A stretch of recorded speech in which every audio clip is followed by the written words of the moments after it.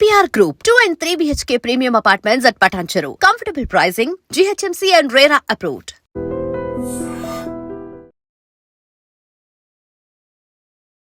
Welcome to IT news. This is Pavan. So breaking news చూస్తున్నారు. Erragadda mental hospital పరిధిలో back side ఒక నిర్మానుష్యమైన ప్రదేశంలో ఒక వ్యక్తి జహీరుద్దీన్ అనే వ్యక్తి ఒక మహిళని, ఫాతిమా అనే మహిళని అతి కిరాతకంగా తల మీద బండరాయితో కొట్టి చంపడం జరిగింది. సో ప్రజెంట్ నేను అదే స్పాట్ లో ఉన్నాను. ఇక్కడ ఇదే ప్రదేశంలో అయితే ఆయన చంపడం జరిగింది. ఏంటి, ఎందుకు చంపాడు ఏంటి అని రీజన్స్ చూసుకుంటే, ఈ జహీరుద్దీన్ అనే వ్యక్తికి ఫాతిమా అనే ఆ మహిళకి గతంలో ఒక 2 ఏళ్ల ముందే పరిచయం ఏర్పడినట్టుగా తెలుస్తుంది.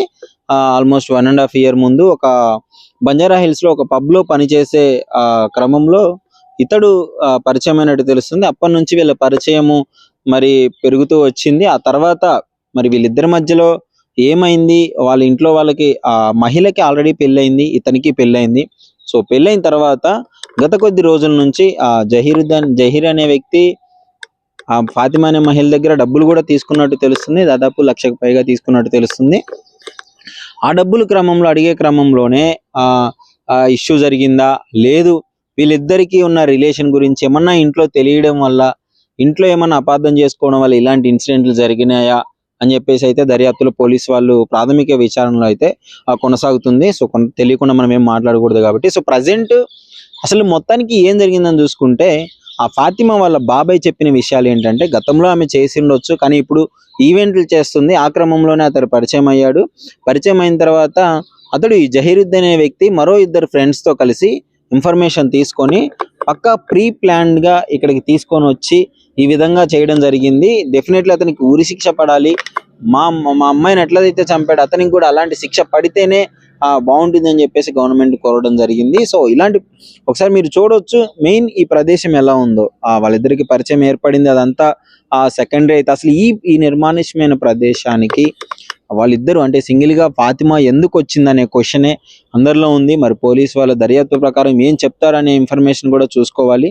సో ప్రజెంట్ అయితే ఇన్సిడెంట్ దగ్గర ఉన్నాను. సో వాళ్ళ కుటుంబ ఫ్యామిలీ అందరూ అయితే మాకు న్యాయం జరగాలి, డెఫినెట్లీ అతనికి ఉరిశిక్ష పడాలని కోరుకుంటున్నారు. ఈ ప్రదేశము ఇప్పుడు ఎర్రగడ్డ నుంచి లోపలికి వెళ్ళిన తర్వాత బోరబండ పరిధిలోకి వస్తుంది. ఇంతకుముందు ఎర్రగడ్డలో ఉండి ఇప్పుడు బోరబండ పోలీస్ స్టేషన్ పరిధిలోకి వస్తుంది. సో ప్రాథమిక విచారణ కొనసాగుతుంది. కానీ ఒకసారి మీరు ఈ లొకేషన్ చూసుకోవచ్చు ఏ విధంగా ఉందో. మొత్తం నిర్మానుష్యమైన ప్రదేశము, అడవిని తలపించే విధంగా ఉంది. సో అసలు ఇక్కడ ఈ ప్రదేశంలో ఇలాంటి ఘాతకం చేయడానికి, ఇలాంటి దుర్మార్గులకి ఇది చాలా అనువైన ప్రదేశంగా ఉంది. అక్కడ బీర్ బాటిల్స్ ఉంది, తాగి ఇష్టం వచ్చినట్లు అక్కడ పెట్టినారు. ఇది పాత మెయిల్ వార్డు, ఇప్పుడు యూజ్ చేయట్లేదు దీన్ని, పాత జనరల్ వార్డు మెయిల్. పోలీస్ వాళ్ళు కూడా వచ్చారు, ఒకసారి చెక్ చేసుకొని పోతున్నారు. మార్నింగే నైట్ దాదాపు నిన్న నైట్ అప్రాక్సిమేట్ గా 11:30 ఆ ప్రాంతంలో అయితే ఇన్సిడెంట్ జరిగిందని చెప్తున్నారు. సో ఇన్సిడెంట్ జరిగినప్పుడు ఇక్కడ డ్యూటీలో ఉన్న సెక్యూరిటీ గార్డ్ మనతో మాట్లాడడం జరిగింది. సో అసలు ఏంటి పరిస్థితి ఎలా ఉందనేది ఆయన క్లియర్ గా చెప్పడం జరిగింది. చూసుకుంటే అసలు ఇటు సైడ్ ఈ సైడ్ కి ఎవరు రారు. యాక్చువల్లీ గేట్ ఎక్కడో మెయిన్ రోడ్డు అక్కడ ఉంది, లోపల ఉంది. బ్యాక్ సైడ్ క్వార్టర్స్ ఉన్నాయి, బస్తీ ఉంది. ఆ బస్తీ నుంచి ఈ ఎడ్జ్ వాల్ ఉంటుంది కదా, సో ఈ బోర్డర్ వాల్, దాన్ని అక్కడికి చిన్న హోల్ ఉందంట. ఆ గోడ చిన్న గోడ కాబట్టి దూకేసి వస్తున్నాడు. బస్తీ వాళ్ళు వస్తున్నారు, క్వార్టర్స్ వాళ్ళు వస్తున్నారు. సో ఇక్కడ మేమేం చెప్పలేకపోతున్నాము, ఎవరు వచ్చారని మాకు తెలియదు. అందరూ వచ్చి తిరుగుతుంటారు నిర్మానుష్య ప్రదేశంలో అని చెప్తున్నారు.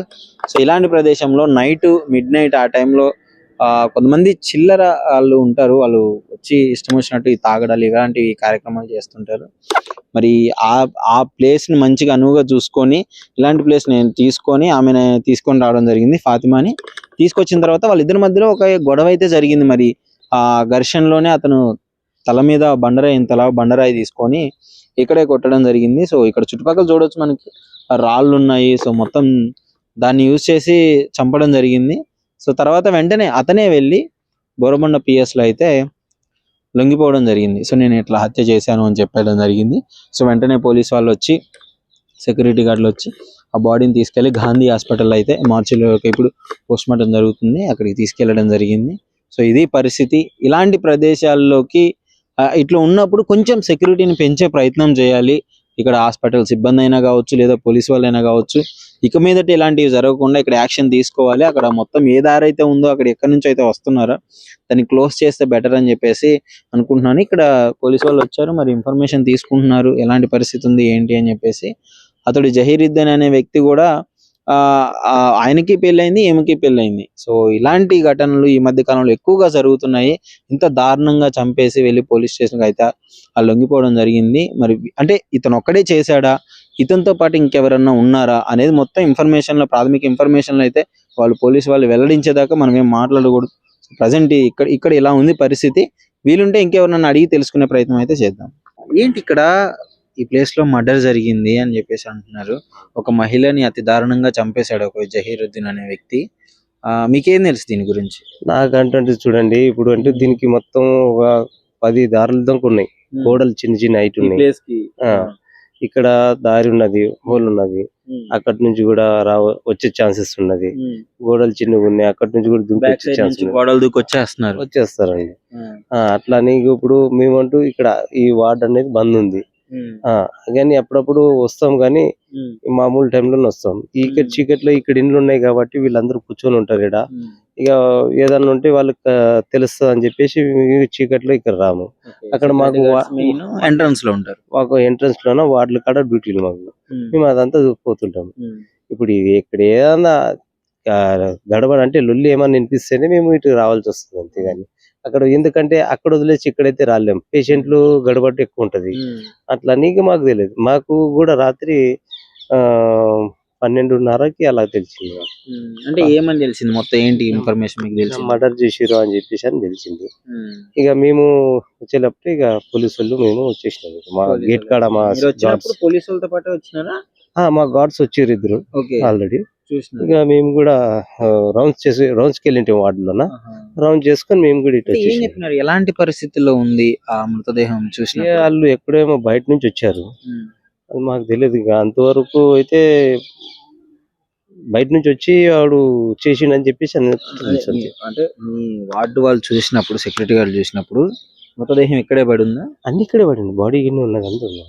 పోలీసులు కూడా ఎలా ఉంది బాడీ పరిస్థితి? ఎలా ఉంది బాడీ అంటే మొత్తం తల మొత్తం చిత్కబాగా అయింది, మొత్తం పిచ్చి పిచ్చి అయింది, మొత్తం బేజా బయటకు వచ్చింది. బ్రెయిన్ బయటకు వచ్చేసింది. బ్రెయిన్ బయటకు వచ్చేసింది. ఇక్కడ కూడా పగిలిపోయి ఇటు కూడా బయట మీద నుదుటి మీద కూడా రాయితో రాయి తీసుకుని కొట్టేశాడు బాగా. అంతలా రాయి మత్తులో ఉన్నట్లే, మత్తులో ఉంటేనే చేస్తారు ఇలా. చాకు కూడా దొరికింది, చాకు కూడా ఉంది. అంతే, అది ఇంకొకటి తెలుసండి. ఇంకా మాకు అది ఏమనిపిస్తుంది అంటే అతను ముందే ప్లాన్ చేసుకుని వచ్చాడు కదా చంపుదామని. అట్లే ఉంది కదా. ఇక్కడ ఎక్కడో లోకల్లో ఉంటారని చెప్పేసి అని అంటున్నారు. మళ్ళీ ఎక్కడ ఉంటారో మనకు కూడా తెలియదు. ఇక మన ఏంటంటే మనం ముందుగానే పేషెంట్లను చూసుకోవాల్సి వస్తుంది. మెయిన్ ఆ పేషెంట్లకి ఏమన్నా అయితే మాకు ఇంకా పెద్ద ఇష్యూ అవుతుంది. అట్లనే మేము పేషెంట్ డ్యూటీ వాళ్ళు చేయాల్సి వస్తుంది. తప్పదు. అట్లా కాకపోతే మెయిన్ ఏంటంటే మైనస్ బ్యాక్ సైడ్ గోడకి హోల్ పెట్టేసి అందరూ ఇటే వచ్చేస్తున్నారు. అంటే ఇండ్లు ఉన్నాయి కాబట్టి వాళ్ళు కలిసిపోతున్నారు. మీరు కూడా అడగలేరు. అట్లా ఈ క్వార్టర్స్ లో ఉండే వాళ్ళు ఎవరు, బయట నుంచి వచ్చే బస్తీ వాళ్ళు ఎవరు అని తెలియదు. అంటే ఇందులో కొందరినే గుర్తుపడతాం, మిగతా వాళ్ళని అందరిని గుర్తుపట్టాలంటే అడుగుతుందండి. వాళ్ళు అంటారు మేము మా ఇండ్లు ఉన్నాయని చెప్పేసి వచ్చేస్తారు. అట్లా. సరే.